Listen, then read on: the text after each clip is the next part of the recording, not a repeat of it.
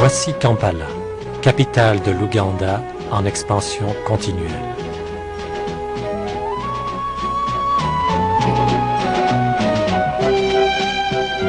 À voir ces photos, on pourrait croire que la plus grande partie de la population vit ici. Mais comme dans tous les pays en voie de développement, la plupart des habitants vivent dans des régions rurales, bien loin de tout le luxe moderne de la grande ville. La plupart de ces gens gagnent leur pain en travaillant la terre. Le niveau de vie de ces ruraux n'est pas très élevé et les services médicaux qu'ils ont à leur disposition sont souvent insuffisants. Dans le passé, il fallait que bon nombre d'habitants des régions isolées viennent recevoir des soins médicaux ou spécialisés à Kampala, et plus particulièrement à l'hôpital principal de Mulago. Le nombre de malades a grossi rapidement, les queues se sont faites plus longues, les périodes d'attente se sont allongées, la mortalité a été plus élevée. Il devenait de plus en plus clair qu'il fallait agir, amener les soins aux gens et non plus envoyer les gens chercher des soins.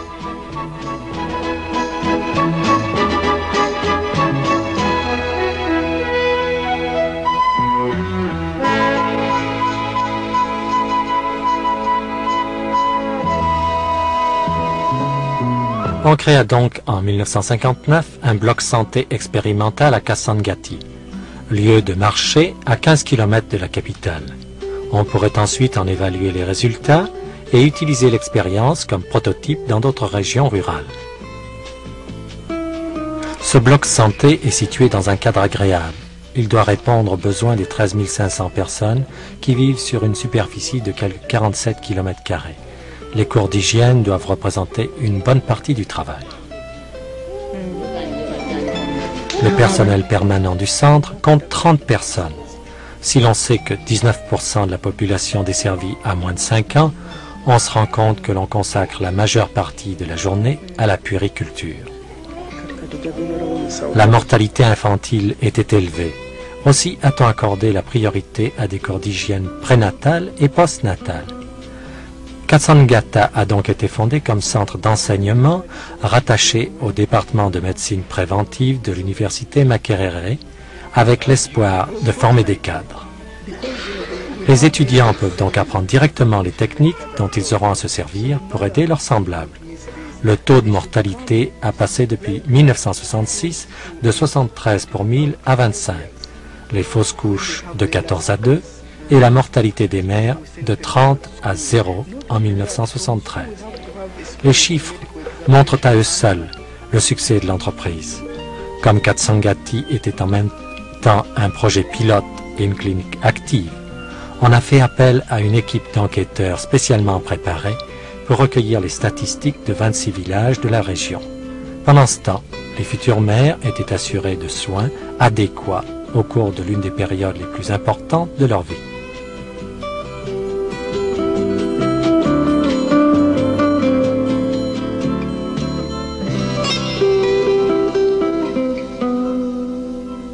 On envoie aussi des équipes volantes pour visiter les villages les plus éloignés.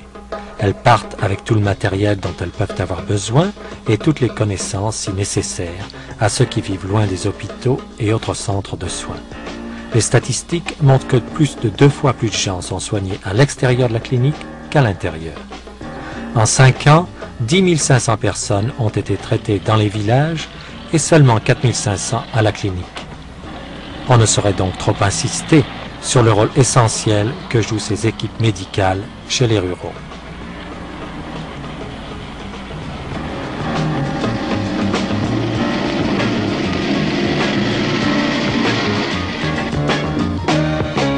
Dès l'arrivée, on des équipements et l'on installe la clinique à l'endroit qui semble le plus propice. On commence alors des causeries sur les soins à donner aux enfants. On explique ensuite ce qu'est l'hygiène. Ce programme, plus particulièrement destiné aux mères de famille, a certainement aidé à réduire le taux de mortalité infantile. On vérifie régulièrement l'état de santé des enfants, on les pèse à intervalles réguliers, on peut enfin découvrir les symptômes de maladie avant qu'il ne soit trop tard pour intervenir. Ces équipes médicales volantes sont pleines d'ingéniosité. On fabrique ici une attache pour peser les enfants trop grands pour aller sur une balance pour bébé. Le personnel de ce centre médical est pour l'instant bien meilleur que celui de bien d'autres en Ouganda.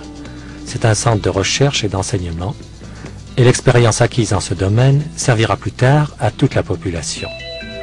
Avec près de 1/5 de la population en dessous de 5 ans, il est juste que les enfants reçoivent une grande partie de l'attention. Ils sont aussi les citoyens de l'avenir, c'est d'eux que dépend le progrès de la nation.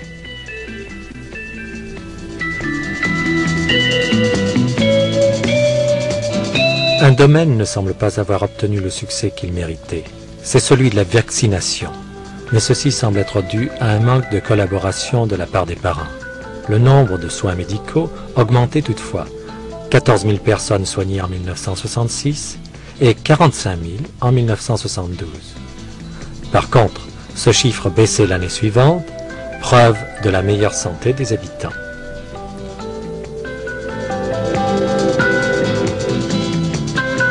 On enseigne aussi le contrôle des naissances, tout à la fois pour permettre d'améliorer l'état de santé de la nouvelle génération, mais aussi pour essayer de faire disparaître la pauvreté.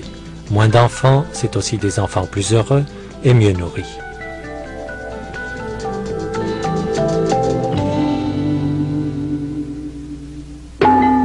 Il reste encore beaucoup à faire pour éduquer les gens.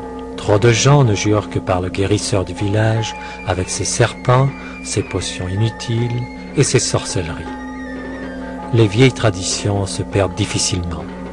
La science médicale moderne est là pour que chacun en profite, mais on s'attache encore à de vieilles pratiques qui conduisent trop souvent au malheur et à la mort.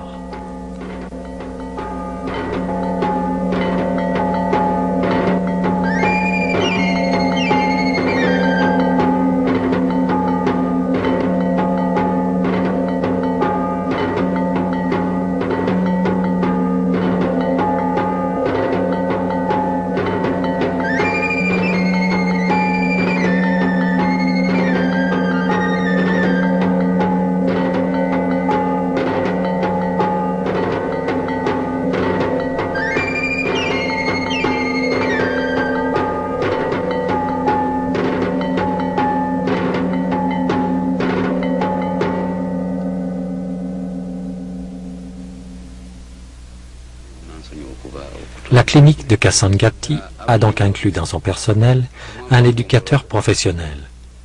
Son travail consiste à rendre visite aux villageois et à leur montrer ce que la science moderne peut faire pour eux, quels sont les services disponibles et enfin les dangers qu'ils courent en s'adressant à des praticiens sans formation et sans expérience.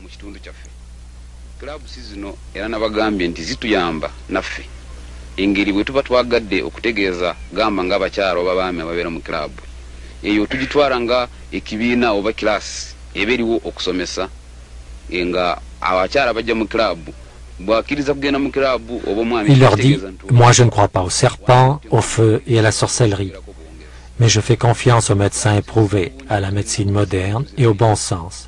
Je crois à la propreté et aux faits établis. Vous devriez en faire autant. Mais il faut lutter contre des traditions séculaires et c'est une tâche colossale et pourtant indispensable.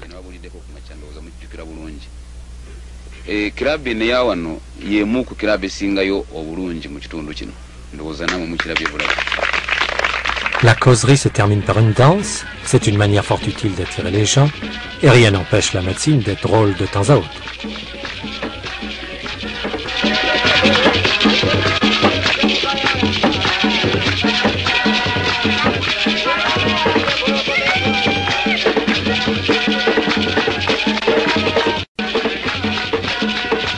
La clinique emploie aussi 4 assistants d'hygiène qui font périodiquement des visites à domicile chez tout le monde. Quelle que soit votre situation sociale, riche ou pauvre, vous recevez le même traitement.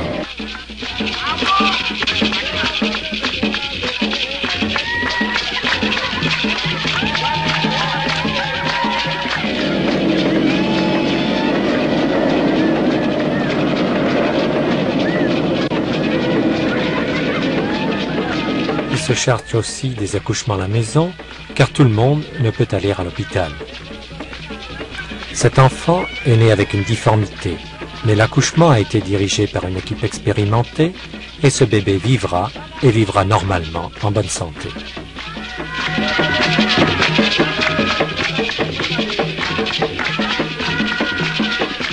Ce n'est pourtant là qu'un seul des multiples aspects du travail accompli par le bloc santé et son équipe.